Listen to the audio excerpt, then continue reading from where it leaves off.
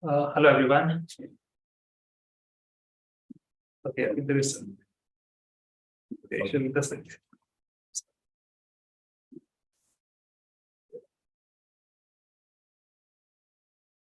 just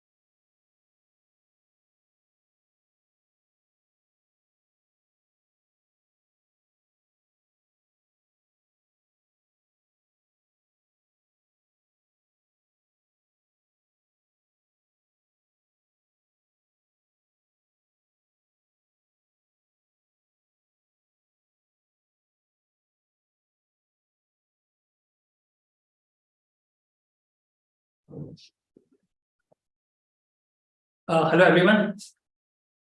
So today we will continue our discussion of gradient descent, and let's just recall what we had last time. So we can remember two things. So for here. So for L smooth convex functions, we had an upper bound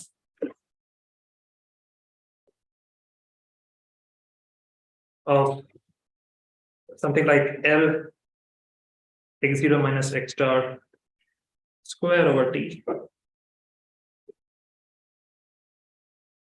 Yeah, so on the error, so f of t minus of x star. Yeah. And we also had a lower bound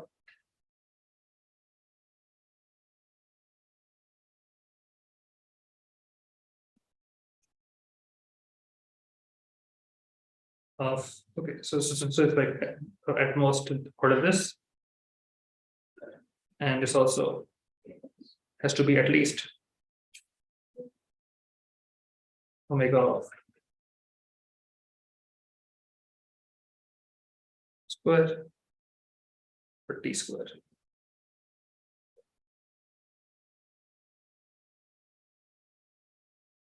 Okay, so yeah, so we have seen this.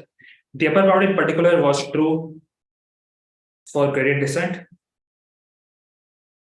so which is update rule. If you recall, it is simply xk plus 1 is xk minus h times gradient of f at xk.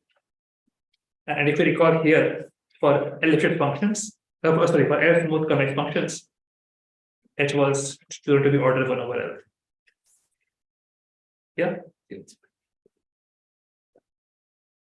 And just to recall, how all of this came. So the trick was really some kind of descent rule. So you can show that for any y. I think you have to go and change. No, I'm writing here. No, we have to go and change the page. Maybe afterwards. Okay. Oh, you're right. Yeah. Okay. So maybe I should. Sorry.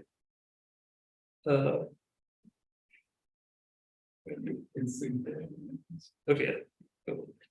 So for any y, so f of y minus 1 over L gradient of f of y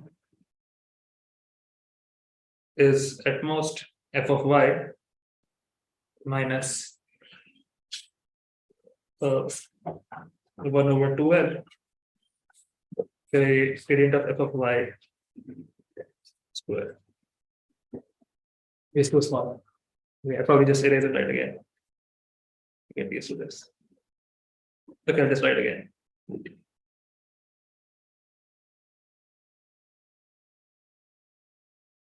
Okay, so for h is roughly 1 over L. The trick was this descent rule. So give me any iterate y and let me do this gradient update. So I subtract 1 minus L times the gradient. And this always decreases the function value from y. Okay, so this is always less than the value at y with this decrease, which is roughly 1 over 2L gradient of f of y square. Yeah, so you will always decrease the function. And and now the natural question is that can you come up with a different algorithm which only uses the gradients and which matches this lower bound? So that's the topic of today. So let's get started. Okay. So what's the idea here? So idea of improved algorithm. Oh yeah, sorry.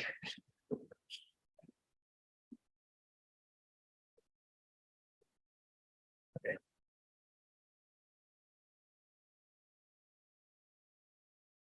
So we will do the following.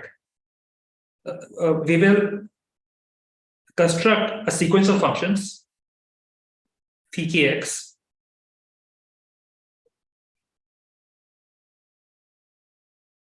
one for every iteration, such that these phi kx roughly a lower bound f of x. So I want that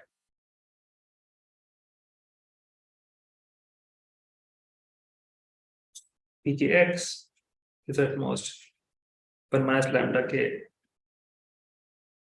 of x plus lambda k p0x, where lambda k kind of controls how good your bound is.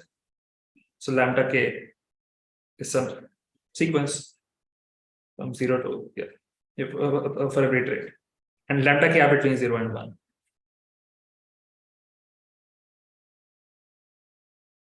Okay.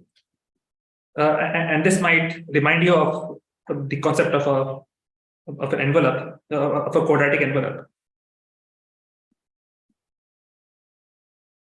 So if you recall, for L smooth functions, for L smooth convex functions, we had the following envelope. So we had something like f of y is at most f of x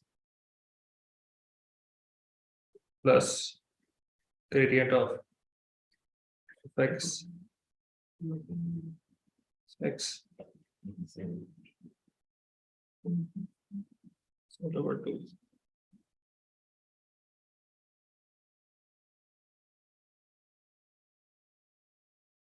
Yeah. So we had this concept of an envelope, and and here again we have this kind of an envelope here. So qk will again be quadratics.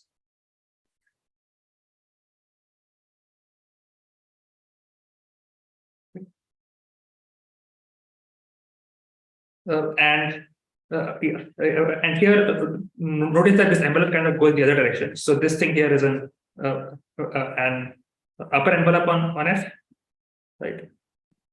And this thing here is kind of a lower envelope. But notice that as so this lower approximate. So it's not exactly an envelope, but approximately an envelope. And this is an upper envelope.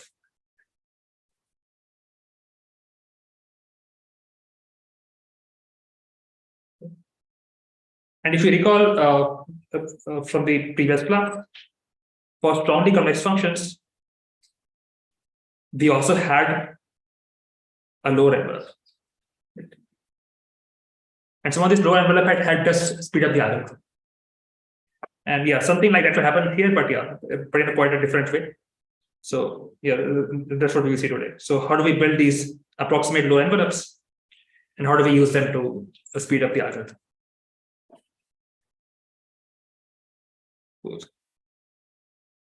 But again, the moral is that we only know how to handle quadratics, and phi k will be a quadratic, so it will be easy to deal with, and this inequality here will help us connect it to the function f.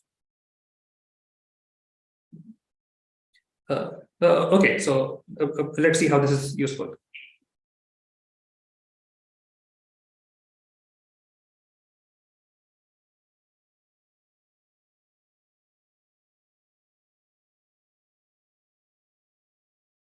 Okay, so here is the lemma which connects everything, or the connection lemma.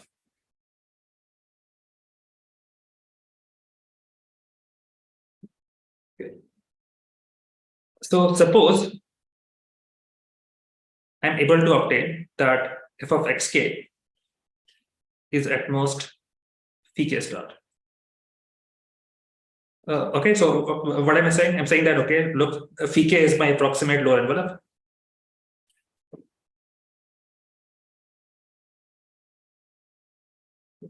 And phi k star is its minimum, right?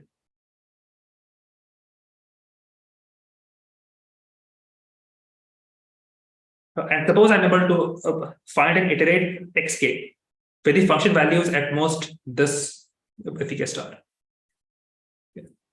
Then something great happens.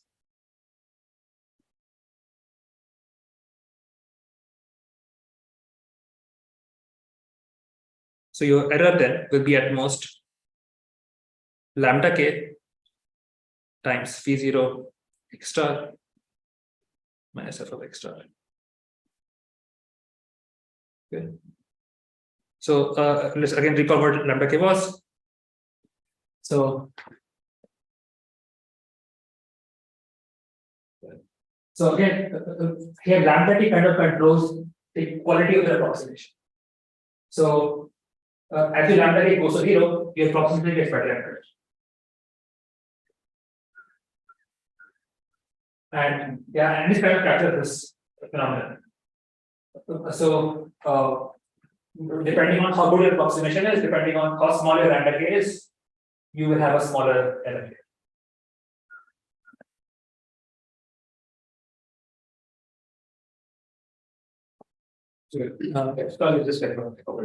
Oh yeah, yes. Hi Piyush. Sorry, my issue is switch this off. Oh, yeah, this. I need to press the button. Oh, there's a button. On the smaller. Here? No, on that. On the other side. Okay, small button. Thanks. Okay, good. Okay, great. So let's prove this lemma.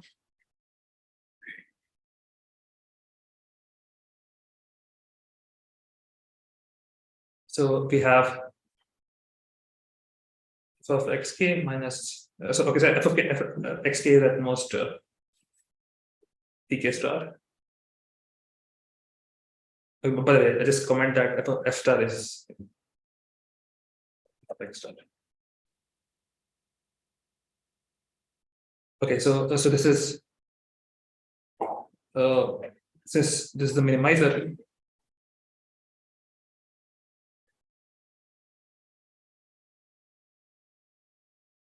This must be at most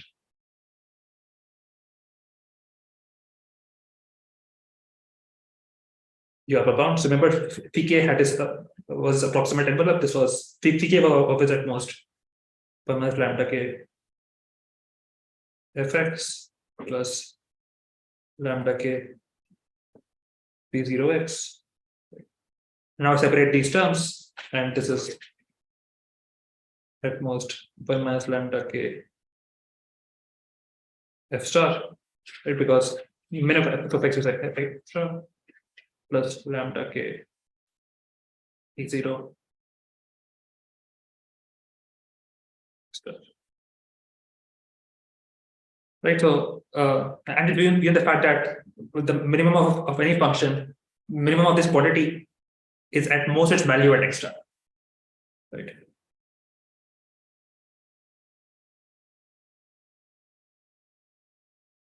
Yeah, that's all. Yeah, and now if you just manipulate this and this, sorry, something went wrong.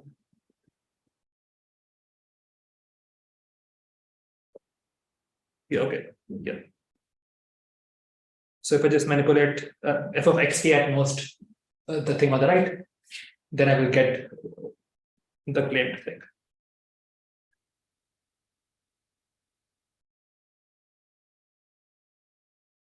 Yeah.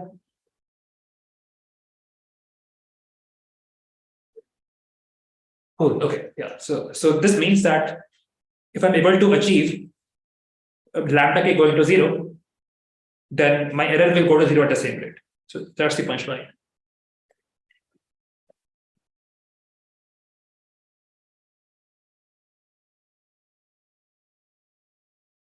So lambda k going to 0 means that f of xk minus f star goes to 0 at same rate. Yeah. Yeah, and in the formulation of test row, a sequence like this is called an estimating sequence. So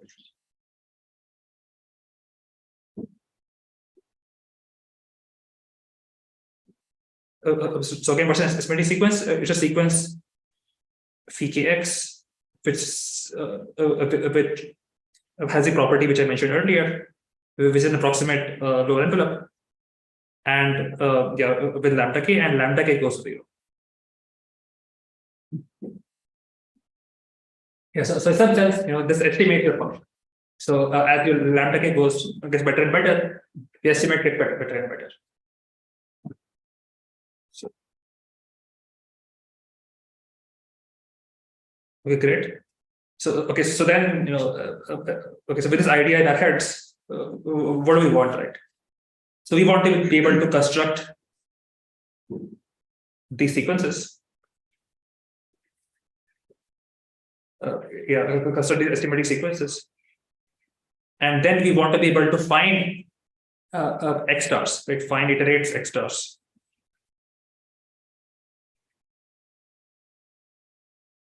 Which okay, no, xk. So yes, we're going to find an iterate xk for which f of xk should be at most min pkx. Yeah. So these are our two goals. If you can accomplish that, we are in business. So okay, so let's start with the first goal.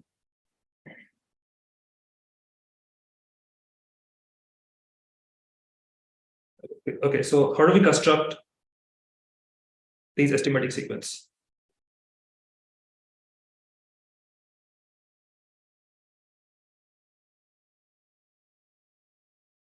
The first element is really easy to construct because remember, I'm allowed to choose my lambda k to be whatever I want. So I can just choose lambda k to be like really bad. I can make it 1. And if lambda k is 1, then essentially I don't have to approximate my function at all. So that's easy. So let's say I just say lambda 0, which is first lambda, let's say that's 1. And maybe I choose my phi 0x to be a nice quadratic. I choose this to be some.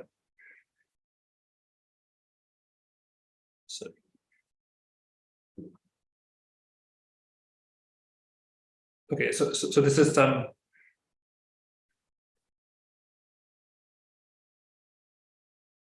Okay, so here, so is some f of x0 plus x minus x0 square times some gamma 0/2. Okay, so the quadratic centered at x0, and and minimum is f of x0. Okay, so now clearly now f of x0 is at most min over x phi 0x. Yeah, in fact they're equal. Yeah, so I can start like this.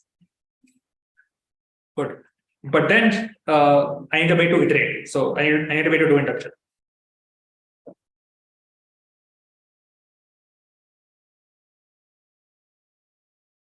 So I want to do induction and build my pk plus 1 from pk.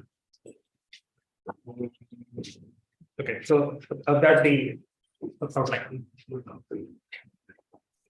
Okay, so let's see how one might do this.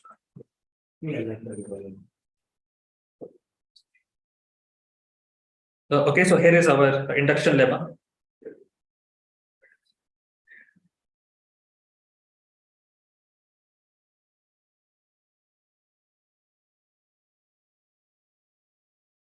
Okay, so given any f that is L smooth. Oh, I think I forgot that's it. So given f that is smooth and convex, yeah, and any P0 which is convex. I will do the following. So suppose someone gives me a sequence of points by k.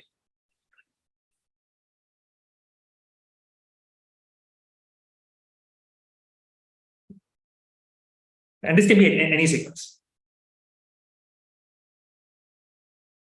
And later on, we will see why the sequence is of any use. But for now, let's say somebody gave me any sequence. So in this sequence, I will do induction, and I will show you how the induction is done. And okay, so I give you any sequence of y keys, and I give you any sequence of alpha keys, where alpha keys are in 0, 1. And additionally, alpha k have the property that they diverge. So summation alpha k is infinity.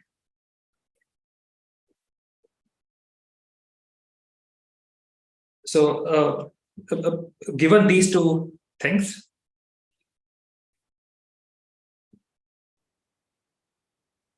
we will construct our estimating sequence in the following way. So remember again, lambda 0 was 1. So yeah, so in the beginning, my approximation, my envelope can be really bad. But then this envelope keeps getting better. So I want that my lambda k plus 1 should be 1 minus alpha k lambda k. Okay, so each time my lambda k drops by factor of 1 minus alpha k.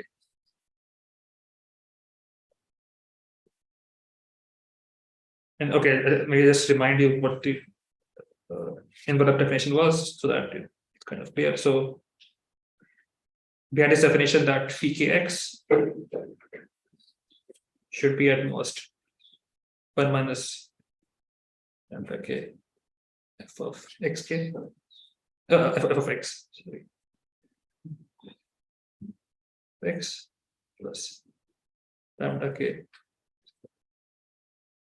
Okay, yeah. So this right here was the definition of how good an approximation phi k is, how good an approximate envelope phi k is.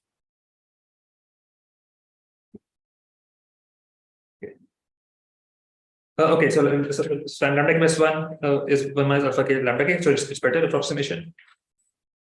And phi kx will iterate in the following way. So phi k plus 1x is, so it will turn out to be some kind of a convex combination of my current iterate. So 1 minus alpha k phi kx. So yes, so currently my function is phi kx. I put a mass 1 minus alpha k on it, and I put a mass alpha k on an approximation of the function that I know. Okay, so since f is convex, I know that f of yk plus the linear term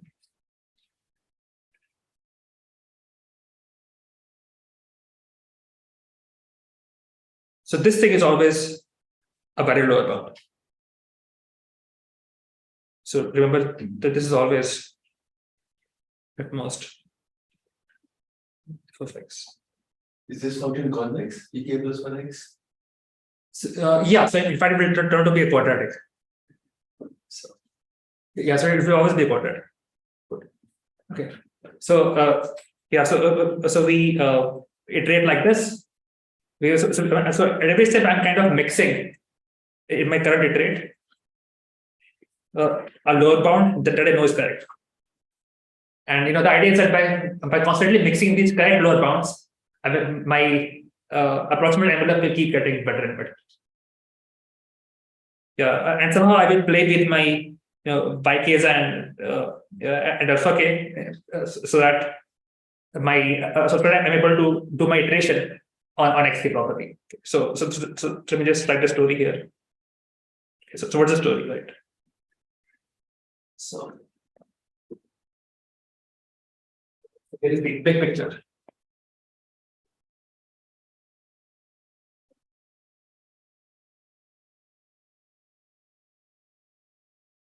So okay, so I have my my approximate envelopes. P0, P1, P2, and so on. Okay. Good. And yeah, and remember these are quadratics. Yeah, and as I iterate, they get better and better. Okay, so my lambda measures how good the envelope is. And lambda goes to 0. And yeah, as it goes to 0, my envelope is getting better.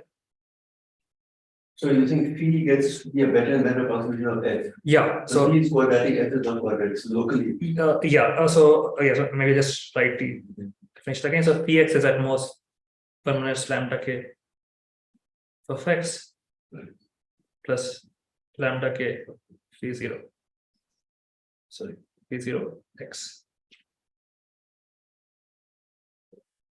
So as lambda goes to 0, this becomes a better and better approximation, better and better lower envelope.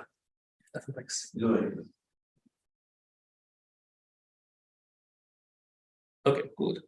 Yeah, so and by my previous slide, I do my iteration. Okay, so do iteration on fees using yk and alpha k, and at each iteration you kind of mix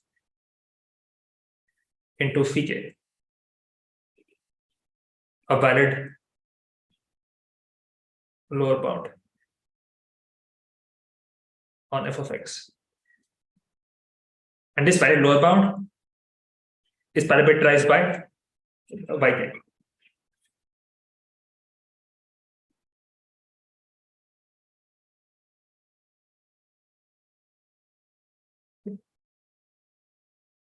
Yeah, so I mix to the extent alpha k. So alpha k captures how much I'm mixing. So alpha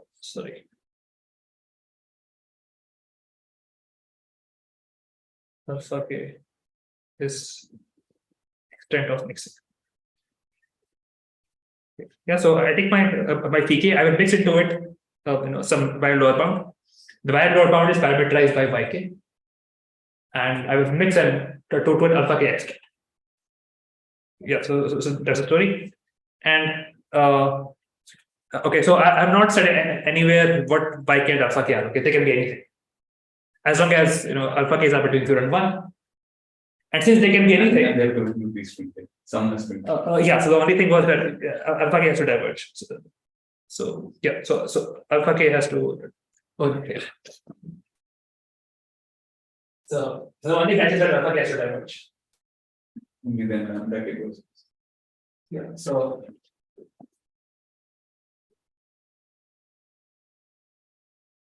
Okay. So yeah. So that's the point. And the idea is that we will then later on tune our yk and alpha k so that I can do my iteration on xk. So remember, right now this is all phi. I'm not even talked about how I will iterate my actual points. So remember, I need this condition. So my golden condition is that f of xk has to be at most the minimizer of phi k. Oh.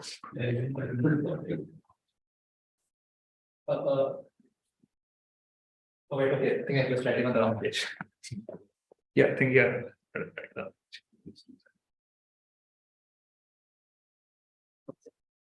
okay. So yeah, so I need to maintain my golden condition that f of xk should be at most the minimizer ck. And how will I maintain this? I will maintain this by tuning my yk and alpha k. And that I'll do at the end. Tune yk alpha k to make this happen.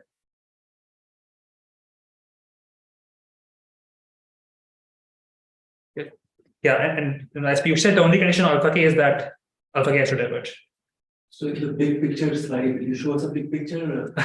No, this is something. There's no picture. Okay. Yeah, and by the way, this alpha k going to infinity will ensure that lambda goes to 0.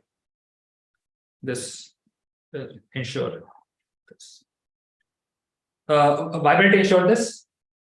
So again, if you remember the previous slide, so this is how we rate it, right? So if k plus 1 was mixing this logarithm, and lambda k plus 1 was decreasing like this.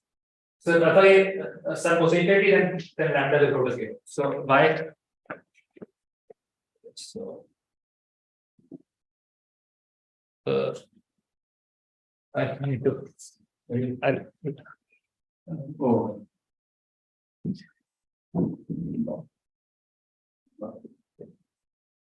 Okay, so why will this ensure this?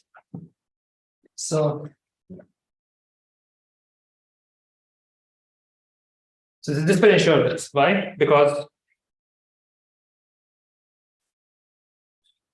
lambda k is just the product, right? Just product over 1 minus alpha k. Alpha I running from 0 to k, and that is at most exponential minus alpha I.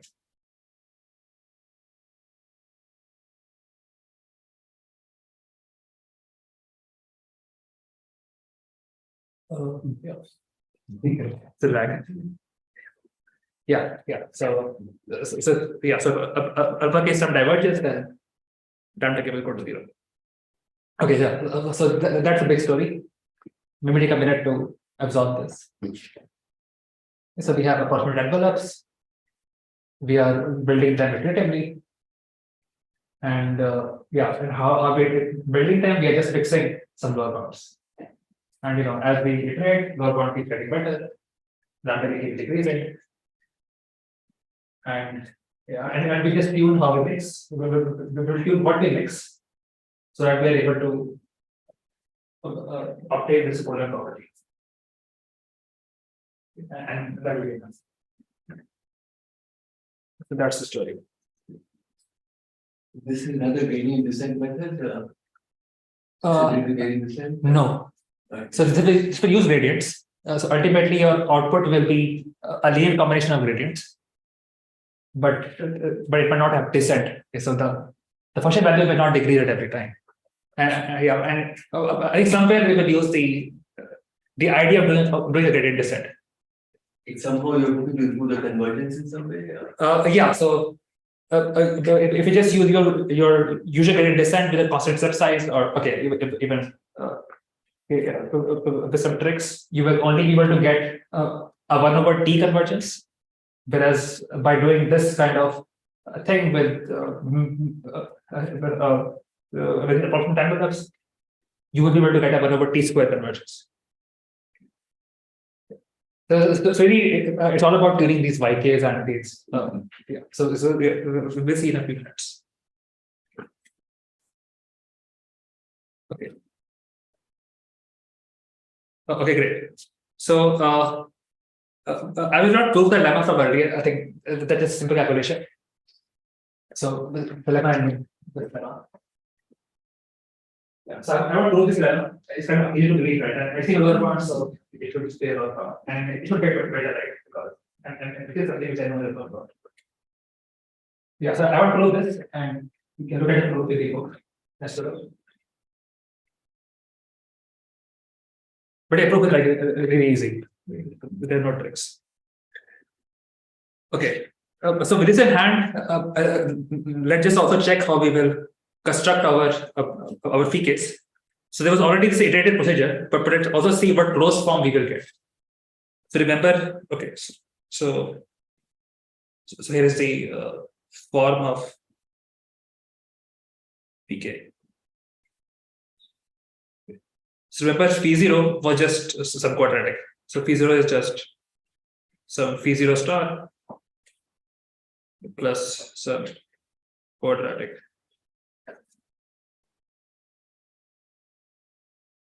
Cool.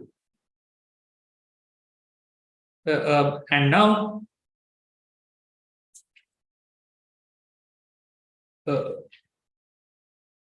it turns out that our induction preserves the form of these quadratics.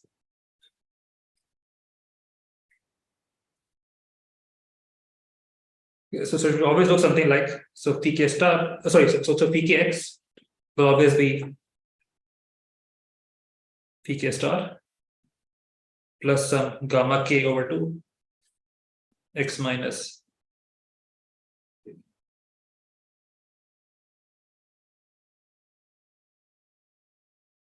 bk square. So it will always the same form, but with shifted center. So from b0 it moves to vk. The scale goes from gamma 0 to gamma k. And gamma k plus 1 will turn out to be 1 minus alpha k gamma k. What will VK signify? So VK is just the center of the. Oh, okay. What does signify?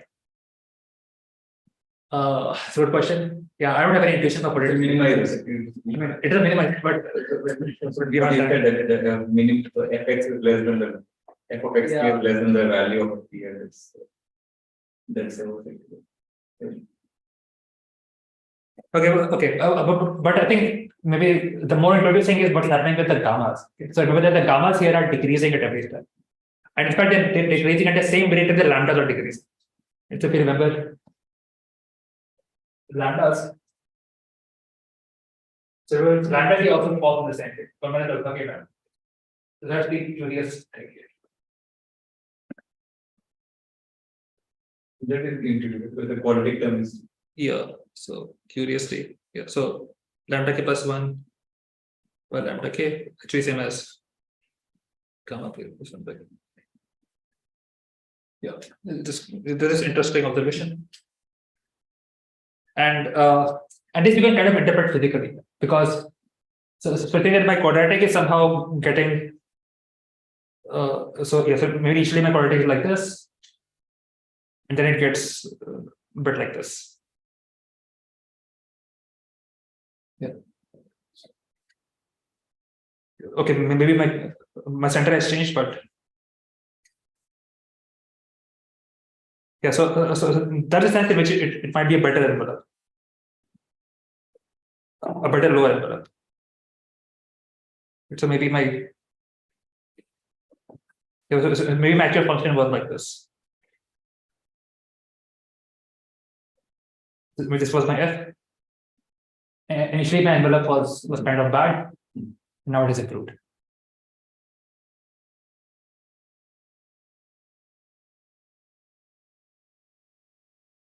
So this is my pk.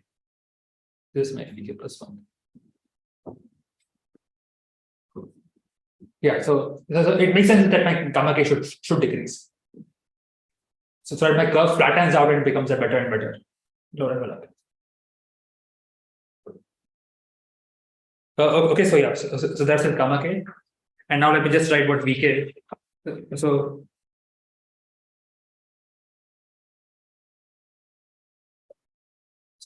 vk plus 1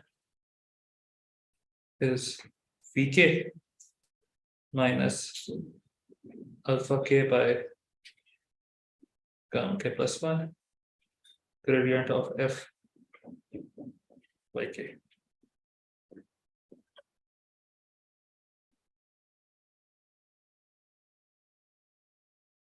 Okay, so YK, VK, these are different things, right? yeah, they're different things. Yeah. So remember, YK is just some sequence which I provide as input to my inductive construction. It can be any sequence. So given any input sequence of y's, I will construct this sequence of p's, and that sequence of fees is parameterized by the gamma k and the vk. Okay, so we will have this, and yeah, and if you plug these things in,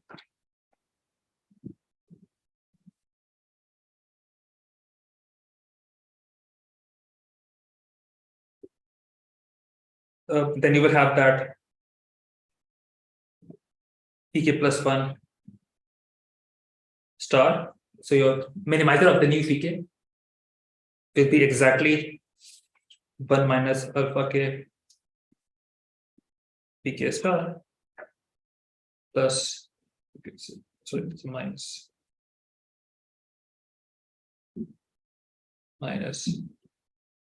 alpha k square by 2 gamma k plus 1 k square plus alpha k okay.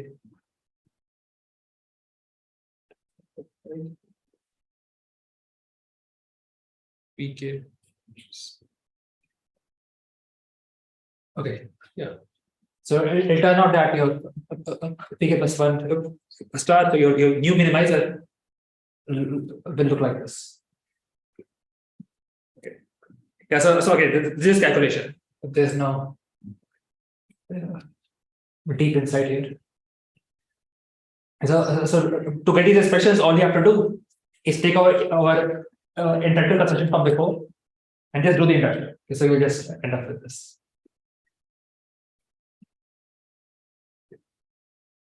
Okay, so yeah, maybe at the end of the class, if there's time, I'll show you how this is done. But for now, I'll just move on. So the main magic part here. So after all this, how do you do your algorithm iteration? So how do you do your X case? So what is our goal? Our goal is to ensure inductively that f of xk is at most pk star.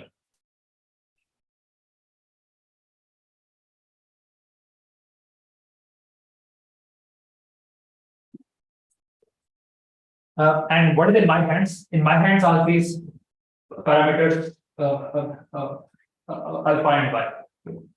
And if you recall,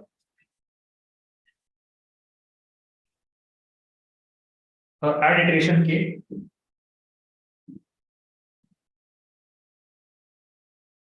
only alpha 0 to alpha k minus 1 and y0 to yk minus 1 have been used. Yeah. So yeah. So now I'm free to choose what alpha k and yk are. So remember again, alpha k is the extent to which I mix a new lower bound into pk, and yk will parameterize that lower bound. So only these have been used, and now I want to pick up fresh alpha k yk here. Yeah. And now I'm picking this in such a way that I can ensure this inductively. Pick to ensure f of xk plus 1 is at most pk. And yeah, so I'll pick it in such a way that I can find an xk plus 1 like this easily. Find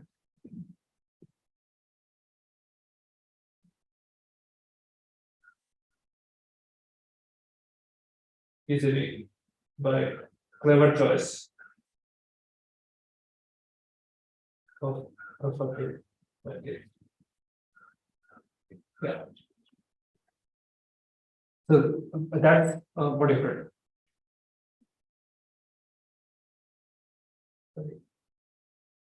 Great. And remember this thing here captures how pk plus 1 star depend on pk star. And maybe by playing with this a little bit, and by choosing my yk and alpha k carefully, I can somehow get this. So let's see how to do that. Yeah. So that is the magic is. So let's focus on it now.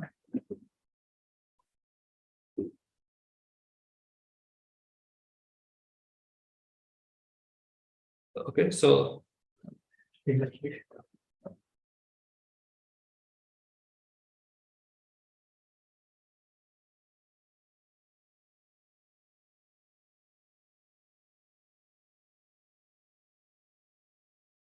okay, so let's recall that since my f is convex, I will have that for any choice of xk,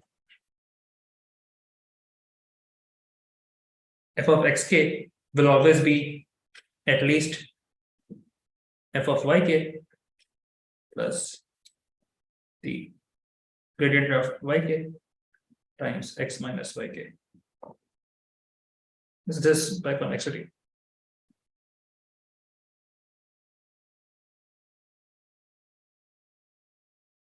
Great. And by induction, I know that pk star is at least f of xk. Yeah, so all of this I have. Yeah. And now I want to go one more step and find my xk plus 1. Fine. So let's first see what we have to compete against. Our competitor is pk plus 1 star.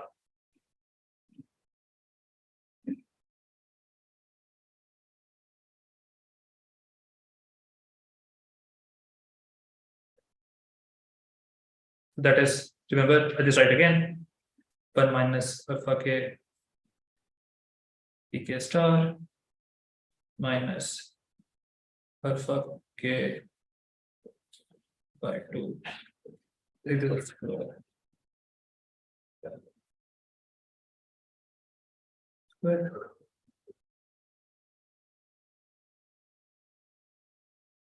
Okay. Okay. Okay. Okay, so yeah, I have to do better than this guy. Fine. So let's see where we are right now. Let's plug in our lower bound for pk star. So right now, if I plug this thing for pk star, then what will I get? This is already at least. So let's write this 1 minus alpha k alpha yk.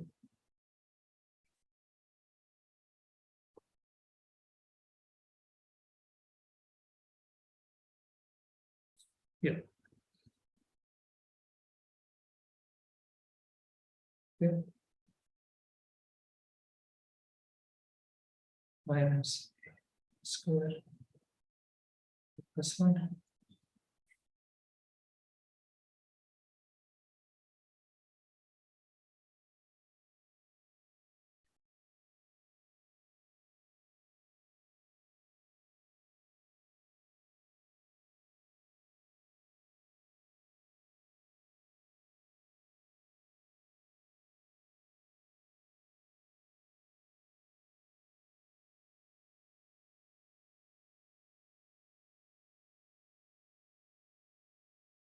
Okay. Good. Okay, so we have this. And now let's simplify a little bit. So this is nothing but f of yk. So the first term and the third term will combine. So I get f of yk. I get this weird little thing of a square by 2 gamma k plus 1 times the gradient at yk square. Yeah. And I get this linear term. Get this term.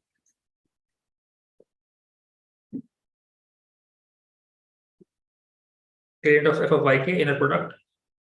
Okay, what will I get? Okay, who will tell me? Alpha k plus 1 minus alpha k minus alpha k x plus 1 by Okay, cool. So I get 1 minus alpha k xk What is X? plus Oh, alpha k pk minus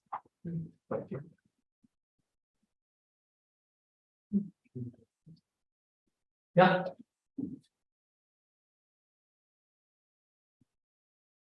Cool. Of course. Sorry. should be X. Sorry. Oh wait. I think I think it is perfect. This is xk. Yeah. Okay. Correct.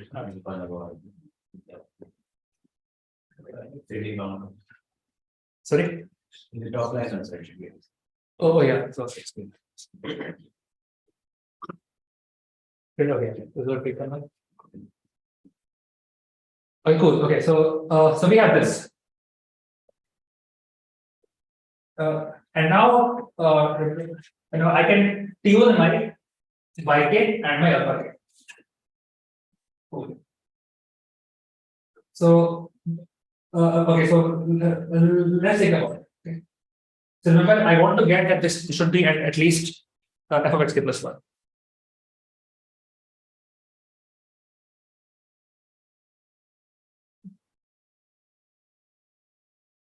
So right now, okay, if I can tune 3 things, I can tune yk, alpha k, and also xk plus 1. Right? All 3 are in my hands. I can do whatever I want.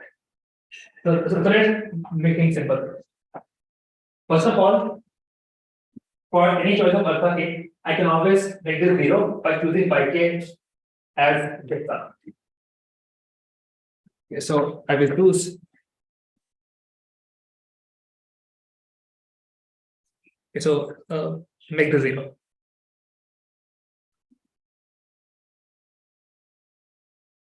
Fine. Okay, great. Okay, so this is good. Now I just need to ensure this inequality. So this is gone. We can figure it out.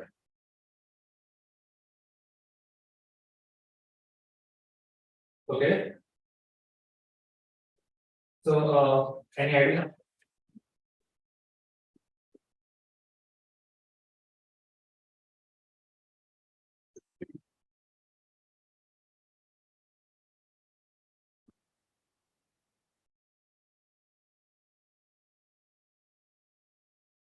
YK is exactly equal to that. Yeah. So so now yk is frozen. So yk is in fact equal to this one.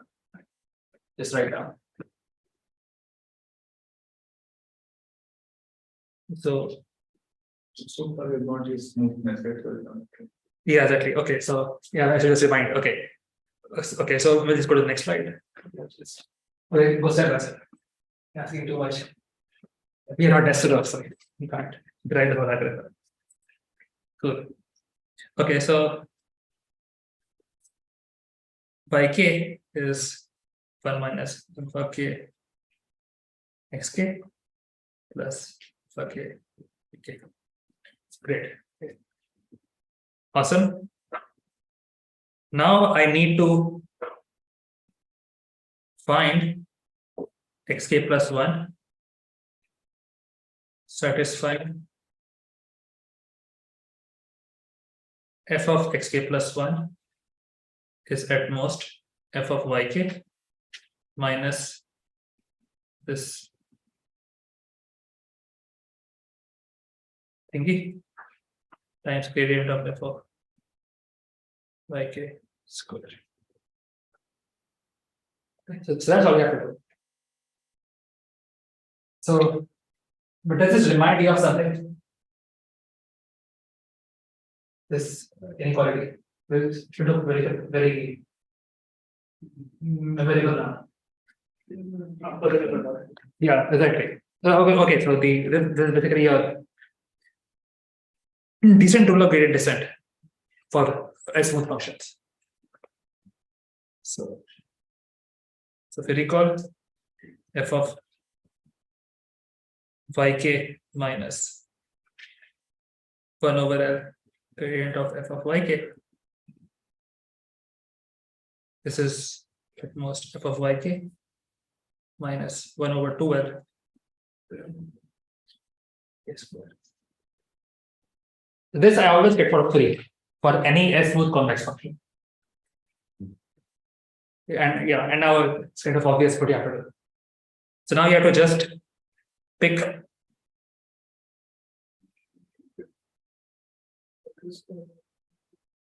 xk plus 1 as yk minus 1 over l gradient of f at yk. And I will choose my alpha k. So alpha k square by 2 gamma k plus 1 as 1 over 2l. And if you just recall, gamma k plus 1 was 1 minus alpha k gamma k. Okay, so now using this equation, I can figure out what alpha k should be. So alpha k should be the root of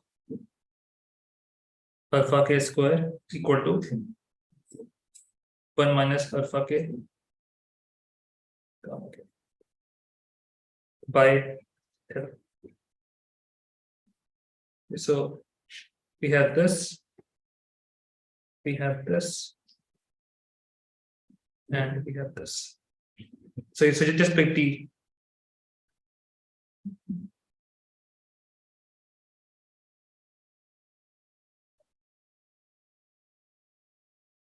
the positive root.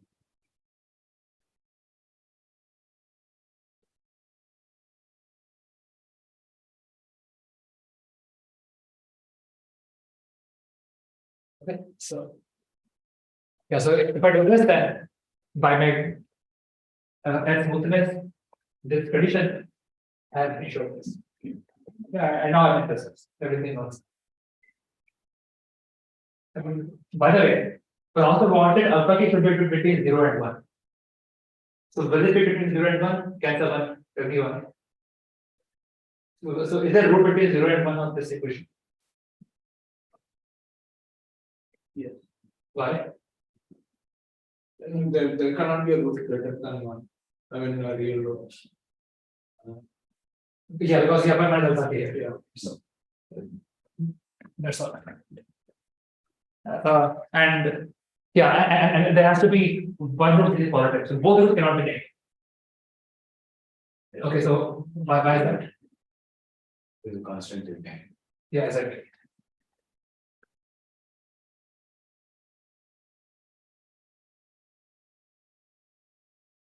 Good.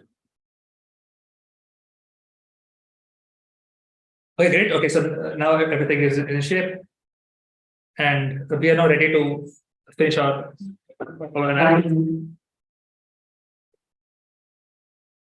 So, okay, so to finish analysis. So remember to and just find the rate at which lambda k goes to 0. Oh, sorry. This is all you have to do.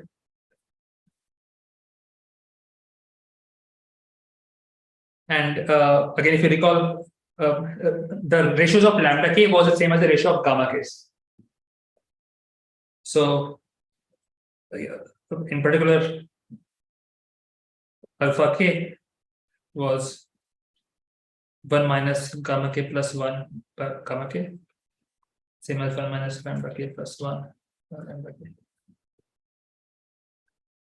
Yeah, so this is what we had. And yeah, so therefore it's enough to understand this ratio. Ratio of the gamma case. Okay, so let's just finish it off. So let's just try to get gamma k on both sides. So you need to understand this ratio. So let's try to get in terms of gamma k. So remember, or maybe gamma k plus 1 here. So if you remember, we had that L alpha square, L alpha k square was gamma k plus 1, right? So from this, I can get that alpha k was square root of gamma k plus 1. Well, cool. Okay, so now I can just plug this back. So square root of gamma k plus 1 over L is 1 minus gamma k plus 1 over gamma k. And this gives that. Okay, so now there's some algebra. So 1 over gamma k plus 1 minus 1 over gamma k, 1 over root L gamma k plus 1. Yeah, so all I've done is I've divided by yeah, so I've taken the reciprocal and divided by 1 over. You just divide by gamma. Sorry. You just divide by gamma k plus. Oh yeah, there's no reciprocal. Yeah, of course. It's just distribution dividing by. Okay, so we have this, and good slide.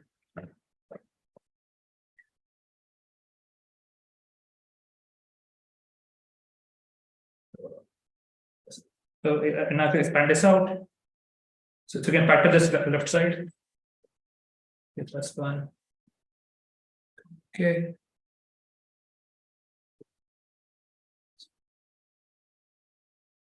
Okay.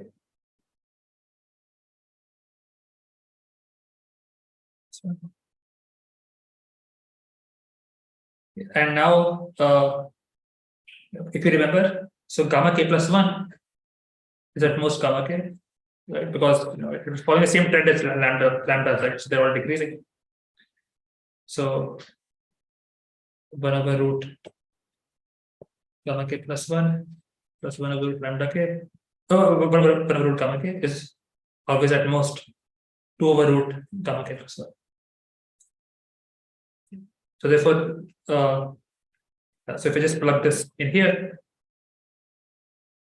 and then I will get that 1 over root gamma k plus 1 minus 1 over root gamma k is at least 1 over 2 root L. Right, because the square root gamma k plus 1 cancels 1 over 2 root L. And yeah, and now I'm in shape because remember the behavior of gamma is the same as behavior of lambda. So now just get the same thing for lambdas or something analogous for lambdas.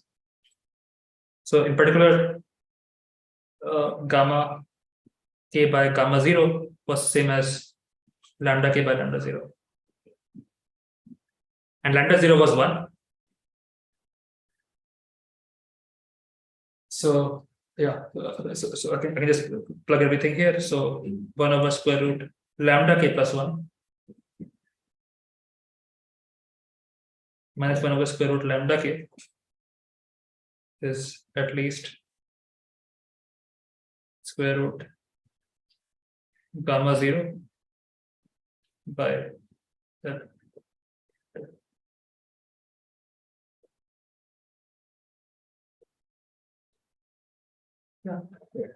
Yeah, so yeah, so there's a substitution, and and now I have everything I want. So remember, my goal is to find the rate of lambdas. So this tells me that 1 over root lambda k is at least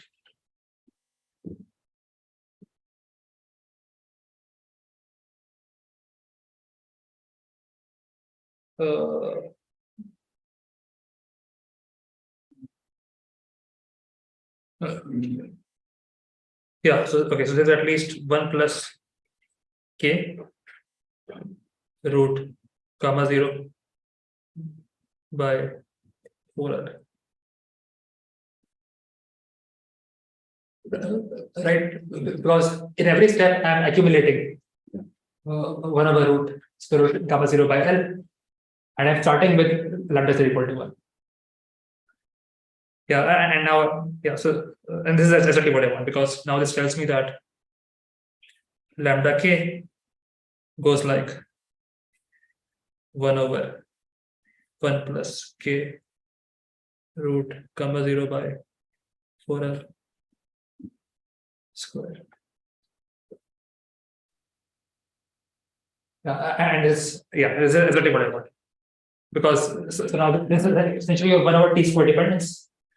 And this L is your 1 over 1 over root and the denominator that goes it off. So this looks like,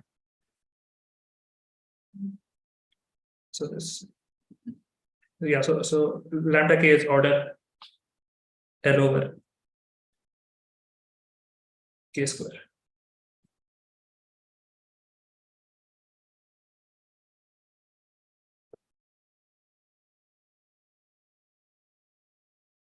Yeah, so that finishes the proof. By the way, so this final calculation I got from Piyush's Jamboard from his previous class. Just correct. Probably also in this is not. No, there is a hidden somewhere. So in Estro's book, they analyze indirectly for strongly convex functions. So I think if you just plug mu equal to 0 everywhere, you will get. Yes.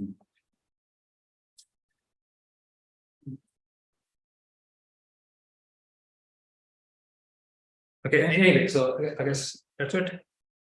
So what's the algorithm? Okay, yeah, so let's just remind the algorithm. So the algorithm. Let's go back. Actually, it's after all guessing that. Yeah, yes. So here's a review algorithm.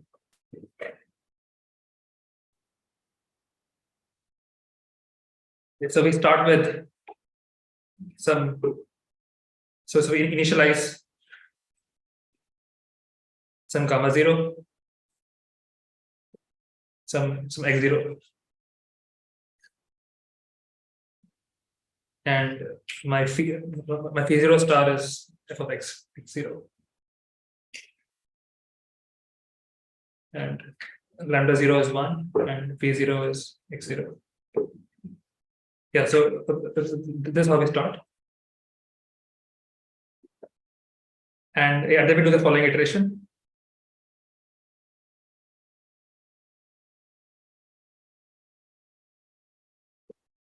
So we iterate as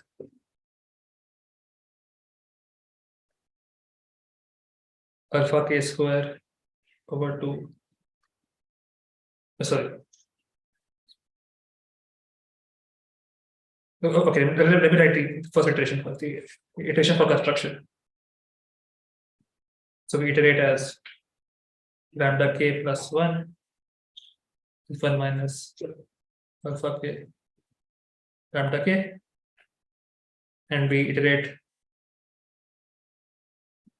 vk plus 1 as vk minus alpha k over gamma k plus 1 gradient of f at yk gamma k plus 1 minus alpha k gamma k, and where what is yk? Yk is given as 1 minus alpha k xk plus alpha k vk, and xk plus 1 is given as xk, sorry, as yk minus 1 over L between the.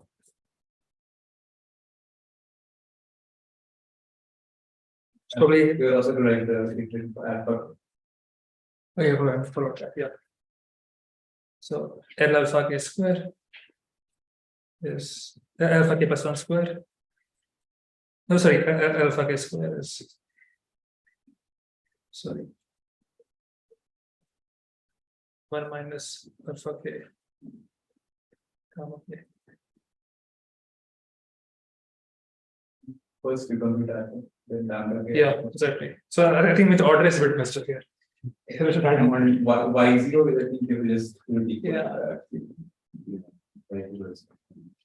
Yeah, so Yeah, y0, I mean, you calculate y0 as the convex convention of x0 and v0, but x0. yeah, exactly. So it is like, So Yeah, okay, let me just reorder this because it's confusing. So okay, so add iteration k, what do you do? first is alpha k, then is yk, then lambda k plus 1, gamma k plus 1, vk plus 1, Yeah, xk plus 1. Yeah, exactly. Okay, Those math yeah. we can do it. exactly. Okay, Yes. okay, yeah, I just write again. So that basically, earlier in gradient descent, you were doing, xk plus 1, you do xk minus some step side, del f xk. And now you're doing everything on yk. yeah, So yk is a better point rather than xk to gradient descent. No, but yk is not that good because yk also like you do one gradient to yk get x, but then the next yk is not as the gradient on yk. the next part is gradient by this iteration. Hang on, but at least earlier the gradient descent, whatever was xk, now you did by yk in the final equation, right? Xk plus 1.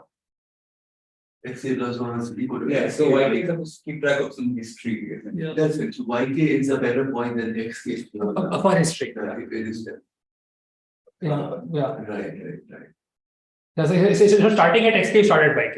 That's my That's good. That's my point. You someone said xk was not a great point. Yeah, Let's look for another point which is better than that other to be by k. Because it has some graphically, maybe it has some kind of sense of history. yeah. So ultimately, that's what I think this algorithm is doing. And it points kind of mixing these lower bounds, kind of keeping track of whatever lower bounds you've seen in the past. I mean, I guess the question is, what is gradient descent doing wrongly that you're trying to improve? I mean, obviously gradient descent is giving 1 by t rate, something not right. Is it working badly when the slope, when the function is steep, or is it when it's very kind of flat? Or in both cases, you're improving this way. So okay. So my decision, the gradient descent is trying to like work too hard to decrease the value. So remember in gradient descent we have this property that in every step your function value will decrease. But here you might not do that. I see. You might not do that. Huh? You have a picture of why it's beneficial not to do it. So you change the objective, say I don't want to do it, I want to keep track of these better. Peak is So gradient descent is also it's like has a gradient descent is seen as optimizing one quadratic inverse. So it's like you just take a local quadratic inverse at each point. That's what the extent of gradient descent is. It's like you take a quadratic inverse and you just optimize. And this one is saying that we will optimize something else, like which is a mixture of all the envelopes here. So that's I think there are like huge number of like maybe of your 10 at least maybe more papers and trying to understand Yeah. what was the Yeah, and they are getting harder and harder to read. and they're hard to read. Yeah. But one simple thing is just draw very nice simple functions and see how the two perform there. So, for example, they have a V-shaped function, or you can have a quadratic function. The thing is, as soon as you take anything, make anything strongly convex, then everything goes out of the window because then you're much faster. Also, everything in any case is performing well as together. Yeah. So this is all about. So They're smooth, but not really flat function then, right? Because they're the ones that are not strongly convex. So I think the issue is, when you're going very slowly, you want to accelerate things. But then how does what kind of history do you make this? Which is the lower bound function. So that is Nestrov's 2004 book, does it do a good job of kind of geometrically motivating these things? No, that's from where I picked this up. okay. So is the 2012 book. But I think a lot of people claim to explain it. I don't know if any better. Nowadays, this is kind of the cutting edge stuff or engaging. The point is, so there was one interpretation by Dubeck, which I seem to understand a bit. I think that seems to have this geometric interpretation. So he makes these balls in some space, and then he says that okay, in every step your ball decreases. It's like how it happens in ellipsoid. And then somehow he interprets acceleration as saying that you want to obtain a more clever ball decrease pictorially. I see. But yeah, I don't fully understand how that happens, but it's kind of what he was trying to do. But I think that's the closest I could find in literature about geometric interpretation. But then I know it's also a bit different. It's not exactly this, but it's kind of inspired by this. Well, just one dimension how these things are performing for nice convex function, good to see.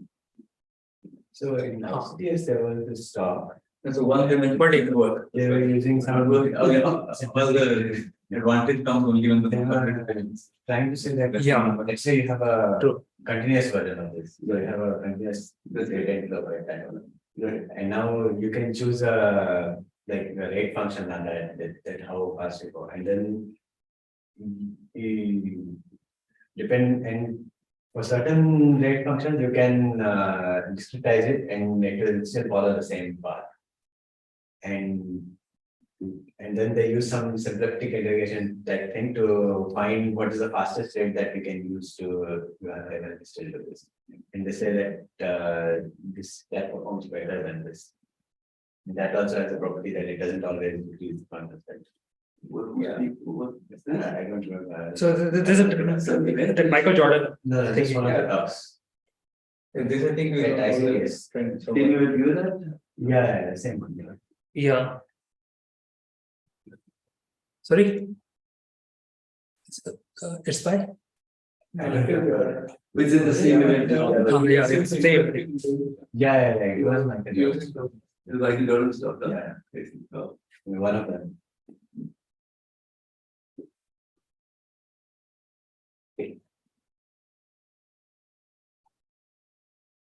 This has the stochastic version too.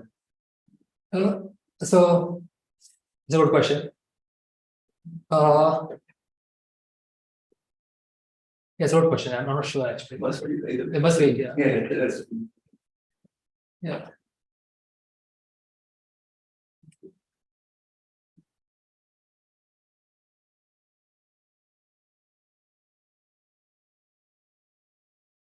Okay, thanks. Yes.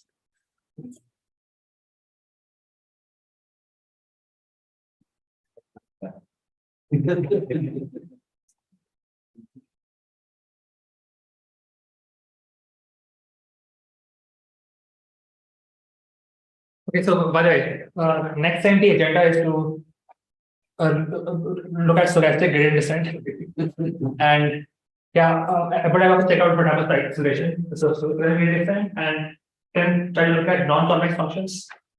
So all this is for convex. So for non-convex, of course, things don't work so easily. But we will do what can be done. So non-convex, you can show that you will converge to a stationary point. But then the main trick is to avoid saddle points. How do you do that? So, which book are you going to follow? So there is a book by Purushottam Kar and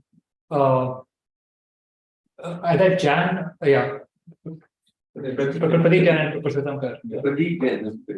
I think, yeah. So that's an old like sequence. yeah, so this is 3-4 years old. Because it is after this, so there are other samples. One of the sample points paper is probably after. That's what I was. Yeah, okay, yeah, one of them is after that, but I think this is earlier. So yeah, so I think the sample point which you are talking about is they show how to use acceleration. Okay. For saddle point. There's some experience. I think that is definitely what he was also saying. What was saying. Now, the slide that when you're writing right now, when you're giving a talk, can we kind of see it on the computer and go back on the Yeah, slides? yeah. We can go back. Yeah. So this is shared actually, and put on the web page also. So maybe I think this. So I From can, there, stop the screen. Oh yeah, thanks. I think, so then I can just go back and look at the previous thing by. Yeah, That's good. In a meeting to that anyway. it's been